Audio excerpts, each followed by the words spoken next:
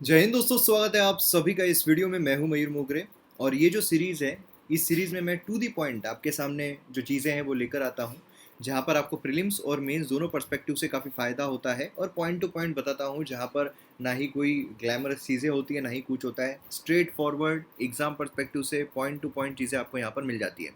और जो PDF है वो आपको टेलीग्राम चैनल से मिल जाएगी, तो मयूर मोगरे सर्च करना है और फॉलो करना है। चलिए, तो मर्जर ऑफ बैंक्स, अभी देखिए ये न्यूज़ में क्यों है, क्योंकि हाल ही में अगर आप देखोगे तो recently reserve bank of India ने एक ड्राफ्ट स्कीम जो है अमलगेशन की, वो यहाँ पर रिलीज की है, जहाँ पर Punjab Maharashtra cooperative bank and unity small finance bank, यहाँ पर हमें अमलगमेशन जो है वो देखने को मिल रहा है। अब देखिए, बहुत सारे लोगों को कन्फ्यूजन रहता है मर्जर में और अमलगमेशन में। इन दोनों में डिफरेंस क्या है? मर्जर मतलब क्या होता है कि दो या उससे ज़्यादा एंटिटीज मर्ज होती है एक कोई न्यू एंटिटी बनाने के लिए। एक नई एंटिटी होती है, एक नई कंपनी होती है।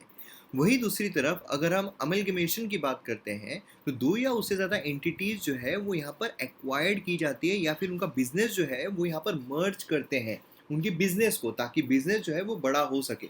यहाँ पर अमलगमेशन जो है मोस्टली ऐसा होता है कि जो बैंक है, एक बड़ी बैंक है, उसमें अमलगमेट जो है वो किया जाता है बाकी छोटी छोटी बैंक्स को। मोस्टली ऐसा होता है।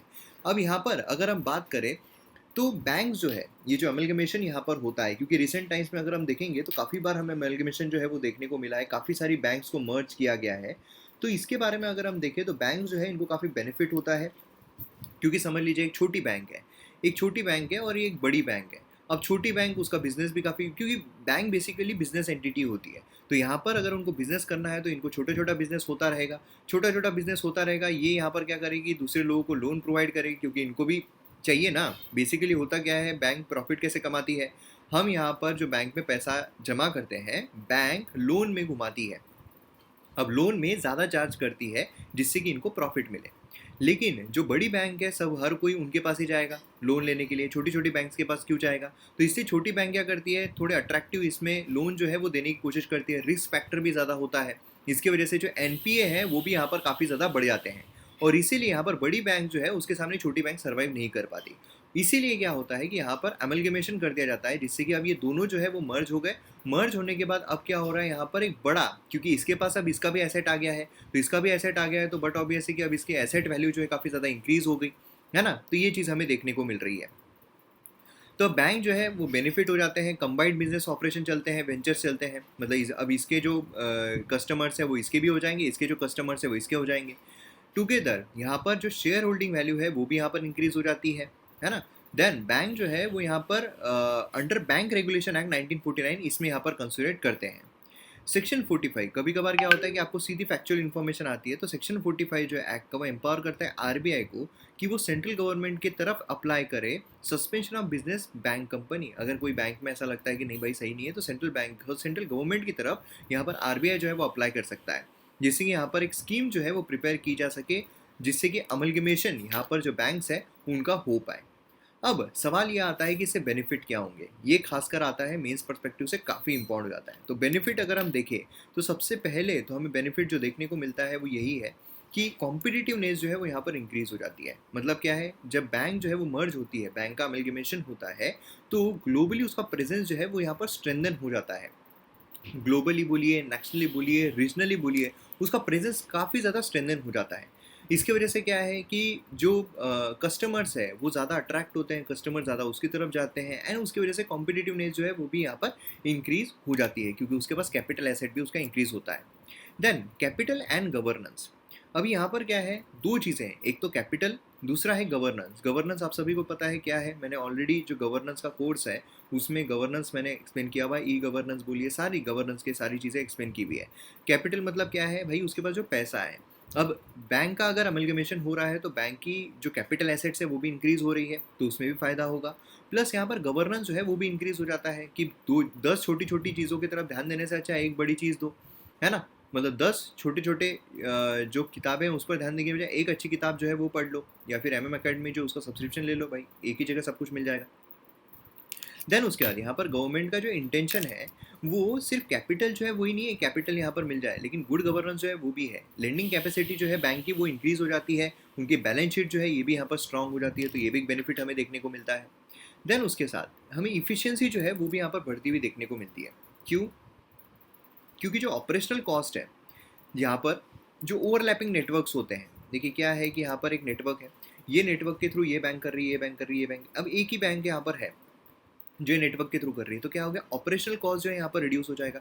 मतलब समझ लीजिए एकदम आसान शब्दों में, नॉन टेक्निकल एग्जांपल अगर दूँ, तो यहाँ पर एक बंदा है, अब ये बंदा जो है इसने क्या किया, ये बैंक से एक आदमी आया, भाई मेरे पैसे जो है इसको भेजने हैं, ये बैंक ये मेरे पैसे जो है यहाँ पर ये कर दे, तो ये इसने क्या किया, पहले उसका ये किया, देन उसका ये बैंक आई, उसने बोली ऐसा ऐसा, अब क्या हो रहा है, एक ही बैंक है, एक ही बैंक आ रही है, तो भाई इसका टाइम बच गया, है ना। एकदम आसान शब्दों में नॉन टेक्निकल एग्जांपल के थ्रू मैंने बताया, तो ये चीज़ हमें देखने को मिलती है। देन ऑपरेशनल इफिशियंसी जो है वो यहाँ पर एनहांस हो जाती है, लेंडिंग कॉस्ट जो है बैंक का वो रिड्यूस हो जाता है, क्योंकि क्या है, बैंक को प्रॉफिट चाहिए, मतलब क्या, सारा खर्चा निकाल लेगी, देन उसके बाद प्रॉफिट कमाएगी। सारा खर्चा समझ लीजिए उसके पास 100 रुपये आए हैं, अब सारा खर्चा जो है वो उसके पास 105 रुपये सारा खर्चा हो रहा है, मतलब 105 रुपये उसके खर्च हो रहे हैं, तो उसको 105 से ज़्यादा ही चाहिए रहेंगे, तो इसलिए बैंक क्या करेगी, बैंक अपना जो लेंडिंग कॉस्ट है, मतलब इंटरेस्ट है, वो 6% रखेगी, मतलब बैंक को मिलेंगे 106, बैंक दे देगी 105, 1 रुपये का बैंक को प्रॉफिट, तो मतलब क्या हो रहा है, लेंडिंग कॉस्ट जो है वो कम हो जाएगा, क्योंकि अब 105 की जगह 101 रुपये ही बैंक को खर्चा आ रहा है ना, तो ये चीज़ हमें देखने को मिलती है।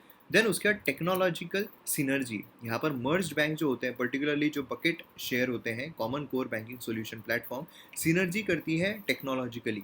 देन सेल्फ सफिशिएंसी, यहाँ पर लार्जर बैंक जो है बेटर एबिलिटी होती है कि भाई रिसोर्सेज को ज़्यादा ला सके, है ना, इसलिए क्या है कि यहाँ पर जो स्टेट है, स्टेट से पैसा, क्योंकि छोटी छोटी बैंक से, छोटी छोटी बैंक के पास पैसा खत्म हो गया, किसके तरफ मूव करेगी, वो गवर्नमेंट की तरफ मूव करेगी, भाई दे दो दे दो दे दो। अब यहाँ पर क्या है, स्टेट एक्सचेंजेस है, स्टेट जो है गवर्नमेंट है, गवर्नमेंट जो है उनकी तरफ ना जाते हुए, बड़ी बैंक के पास ऑलरेडी पैसा है, तो अब गवर्नमेंट के पास जाने की ज़रूरत नहीं पड़ेगी। एंड मॉनिटरिंग, जैसा मैंने आपको कहा था कि यहाँ पर कैपिटल एलोकेशन परफॉर्मेंस, है ना, मतलब ईजियर हो जाता है गवर्नमेंट को भी, 10 छोटी छोटी बैंक की तरफ ध्यान देने के बजाय एक बड़ी बैंक की तरफ ध्यान देते हो, तो ये हमें बेनिफिट्स देखने को मिलते हैं। तो क्या इसके कोई चैलेंजेस नहीं है? बिल्कुल, चैलेंजेस जो है वो भी हमें देखने को मिलते हैं। क्या चैलेंजेस है?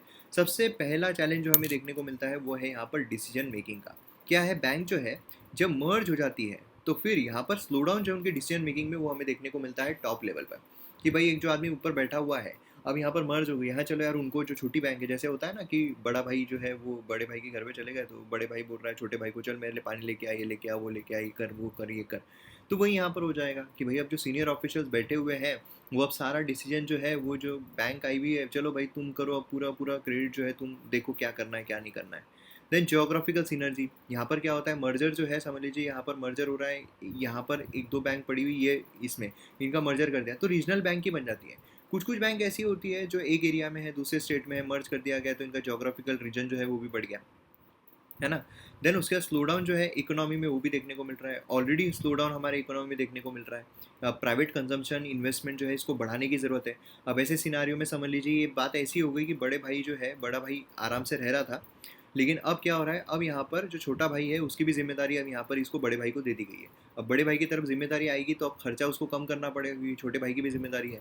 तो मतलब क्या है, ऑलरेडी हमारे यहाँ पर स्लो डाउन है ना। स्लो डाउन रहने की वजह से क्या, लोग क्या, तो पैसा देना ज़रूरी है, कंजम्पशन होना ज़रूरी है। अब यहाँ पर क्या होगा, बड़ा भाई जो है वो पैसा खर्च नहीं कर पाएगा, तो लोग क्या, तो पैसा नहीं पहुँचेगा, लोग क्या, तो पैसा नहीं पहुँचेगा तो कंजम्पशन कम होगा।